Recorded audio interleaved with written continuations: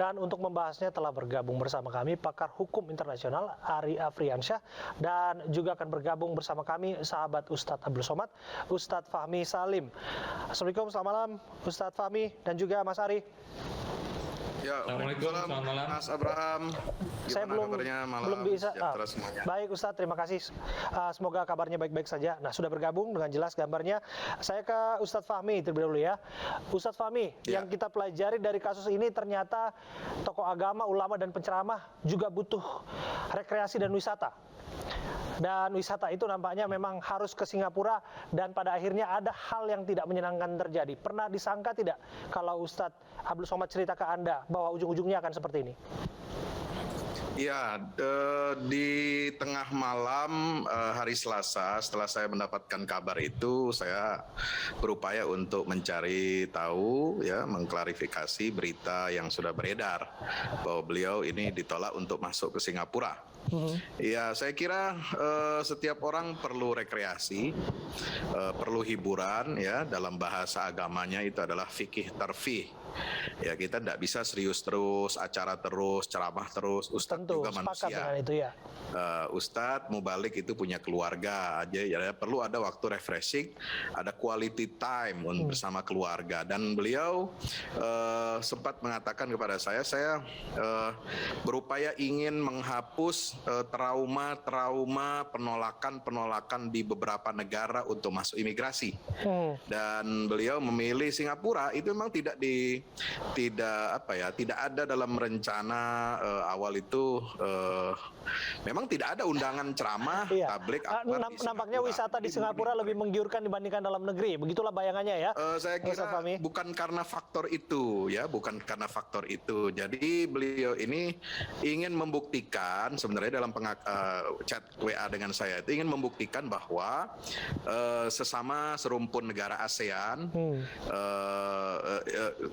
awalnya berasumsi beliau ini berhusnuzon, ya, berbaik sangka bahwa Singapura tidak akan sekejam dan sejahat negara-negara yang pernah menolak.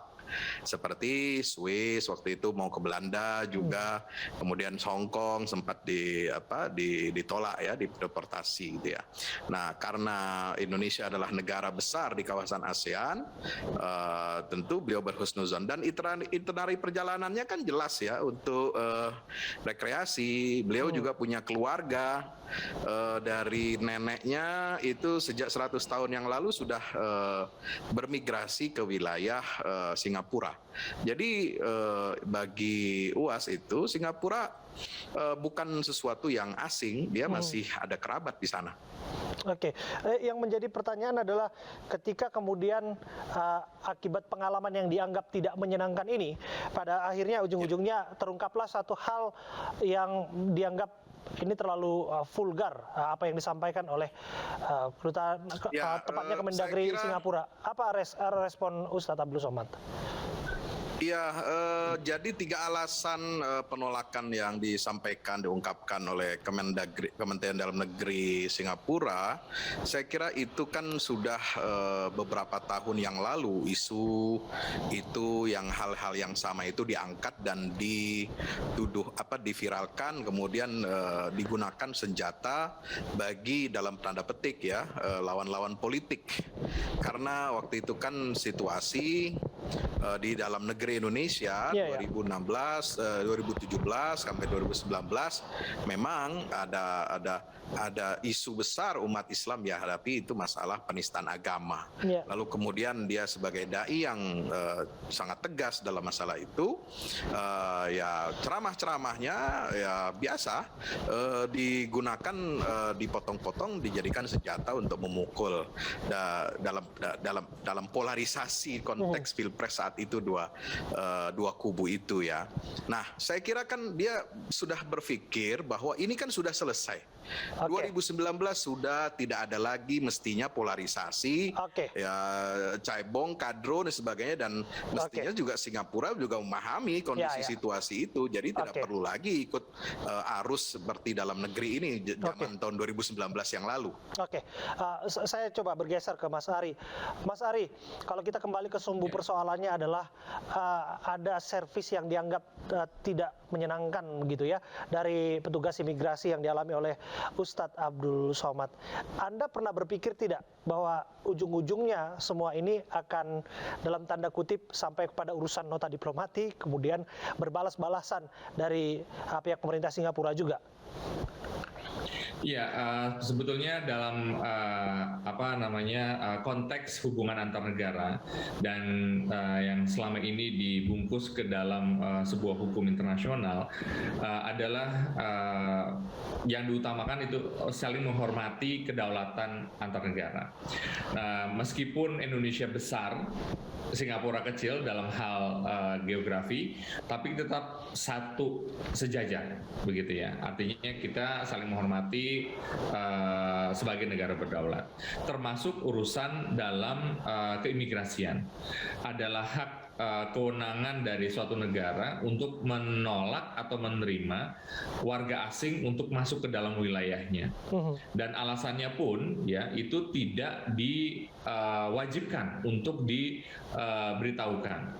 Jadi negara yang merasa warga negara ditolak ya itu boleh saja menanyakan seperti yang disampaikan oleh Bapak Dubes tadi ya bahwa perwakilan kita di Singapura itu biasa mempertanyakan kebijakan negara Singapura yang menolak warga negara kita. Sebaliknya, kedutaan besar Singapura juga mempertanyakan ketika ada warga negara Indonesia yang warga negara Singapura yang ditolak oleh Indonesia. Kalau dalam anggapan Anda, mengapa Singapura harus bereaksi demikian? Ya kembali lagi itu adalah kebijakan negara yang kemudian yang sudah dijadikan pertimbangan-pertimbangan faktor-faktor atas informasi yang diterima yang kemudian diolah yang dijadikan sebagai keputusan kebijakan dari negara Singapura. Oke, lagi-lagi saya harus dalami bahwa bukankah persoalan seperti ini yang banyak orang anggap sederhana, servis di imigrasi dan lain sebagainya begitu ya, harusnya bisa selesai begitu saja karena soal servis yang dianggap menyenangkan harusnya bisa selesai di customer service, misalnya dianggap tidak ada Netflix, tidak ada popcorn, tidak ada Starbucks, tidak ada sofa bed, itu kan bisa saja menjadi hal-hal yang catatan tinggalkan begitu saja, tapi urusannya sampai kepada urusan diplomatik dua negara. Iya, masalahnya ketika keimigrasian bukan masalah servis, ini masalah kewenangan negara untuk menerima atau tidak sebuah warga asing untuk masuk. Dan keputusan itu berdasarkan atas informasi yang memang diterima apapun oleh negara tersebut sebagai alasan dia menerima atau menolak warga itu. Bukan hal yang tadi. Oke. Tapi bagaimana kemudian kita harus bereaksi? Karena pernyataan ini sudah terlanjur tersiar begitu dan Indonesia nampaknya ada dalam permainan diplomatik yang harus di satu sisi berdiam diri nanti dianggap mengiyakan, menegasikan, justru nanti dianggap terlalu berlebihan. Ya, untuk konteks negara, ya tentu dalam bahasa Mas Abraham permainan diplomatik. Tapi kalau menurut saya ini adalah tata krama dalam berurusan antar negara. Ya, ketika kita saling menghormati kebijakan dengan negara lain, kita tidak boleh memaksakan hukum kita terhadap hukum negara lain. Dalam hal ini, ya memang terkesan kita dirugikan ya, karena ada warga negara Indonesia yang ditolak masuk. Tapi itulah merupakan hak dari negara Singapura. Sebaliknya, kalau Indonesia mau melakukan hal yang sama, kita juga bisa dengan alasan yang tidak perlu kita sebutkan kepada Singapura, gitu. Oke, saya kembali ke Ustadz Fahmi. Ustadz Fahmi, bagaimana menjawab bahwa soal tangkal, soal dilarang untuk masuk dalam satu negara berlandaskan pada kedaulatan negara yang dimaksud adalah hak dan yurisdiksi negara tersebut. Bagaimana sebetulnya Ustadz Abdul Somad menanggapi narasi seperti itu? Ya, kita semua menghormati hukum internasional ya, kedaulatan suatu negara, dia punya hak untuk cegah tangkal ataupun mendeportasi.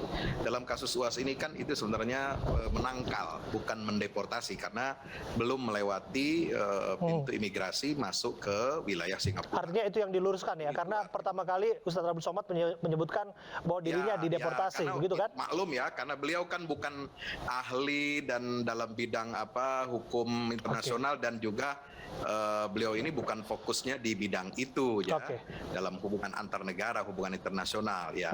Itu bahasa beliau memang tahunya kan karena sering jamaah umroh, deportasi, kemudian ada mahasiswa yang overstay di Mesir, di Arab Saudi, di negara Timur Tengah, atau TKI yang ada overstay itu kemudian deportasi. Nah, beliau hanya ingat istilah itu ya. Itu dugaan saya. Tapi memang yang terjadi itu adalah penangkalan. Nah, ini memang hak satu negara. Tetapi yang juga perlu jadi catatan ya, alasan penangkalan itu juga patut dipertanyakan. Ya, terserah mereka pihak Singapura otoritas itu mau menjawab atau tidak, tapi kita berhak untuk mempertanyakan itu. Kenapa? Karena UAS ini kan tidak punya masalah hukum di Indonesia. Ya, dia bukan koruptor, dia bukan pelaku money laundering ya, yang biasa dapat surga perlindungan di Singapura ya. Dia juga bukan pengedar narkoba, dia juga bukan pembunuh ya, dia bukan apa-apa. Dia tidak melakukan kejahatan kriminal apapun sehingga perlu ditolak atau ditangkap oleh Singapura. Dan selama ini di ASEAN, Brunei, Malaysia itu memperlakukan dia dengan baik. Ya, kan kita sesama negara ASEAN ini kan mestinya kita kan harus saling menghormati. Kita dapat poinnya. Apalagi umat beragama, umat Islam di ASEAN ini juga sangat besar ya. Saya kira ini juga harus dirasakan, dihargai perasaan umat Islam ini. Kita dapat poinnya, Ustadz Fahmi. Saya terakhir ke Mas Ari. Mas Ari, bagaimana kemudian Anda menjawab bahwa otoritas Singapura menyampaikan suatu hal yang dianggap begitu reaksioner dan banyak orang yang mempertanyakan dari mana sumber informasinya? Jangan-jangan ini disuplai oleh intelijen. Ada pula narasi yang berkembang, jangan-jangan intelijen kita lah yang menyuplai ke sana begitu. Apakah mungkin demikian? Ya, sekali lagi saya tidak yakin ya, masa kita menyuplai untuk negara lain intelijen kita ya. Itu yang saya yakinkan, dan saya rasa ketika Singapura memberikan reaksi yang seperti itu, Singapura juga sudah berhitung dan dia juga akan siap mendapatkan reaksi dari warga Indonesia yang sebegitu banyak yang berkunjung ke Singapura, yang mungkin saja akan memberikan reaksi berbeda-beda satu dengan yang lainnya. Mungkin ada yang tadi mau ke Singapura menjadi nggak jadi karena reaksi ini atau bahkan yang lainnya. Itu tidak bisa kita hindari lagi, dan reaksi dari sosial ini akan jauh lebih terasa ya dibandingkan kalau kita mengharapkan dari pemerintah negara seperti yang saya sampaikan tadi. Karena negara akan selalu tertahan oleh tata krama hubungan internasional tadi. Gitu. Terima kasih Mas Ari dan terima kasih Ustadz Fahmi. Salam kami untuk Ustadz Abdul Somad. Karena kita yakini betul bahwa bagaimanapun tidak bisa liburan ke luar negeri, wisata di dalam negeri masih banyak yang lebih jauh dan lebih menarik, lebih indah dibandingkan di Singapura. Baik pemirsa, warga Kebonjeruk, Jakarta, Sumringah dapat bantuan langsung tunai minyak goreng. Informasinya satu lagi untuk Anda.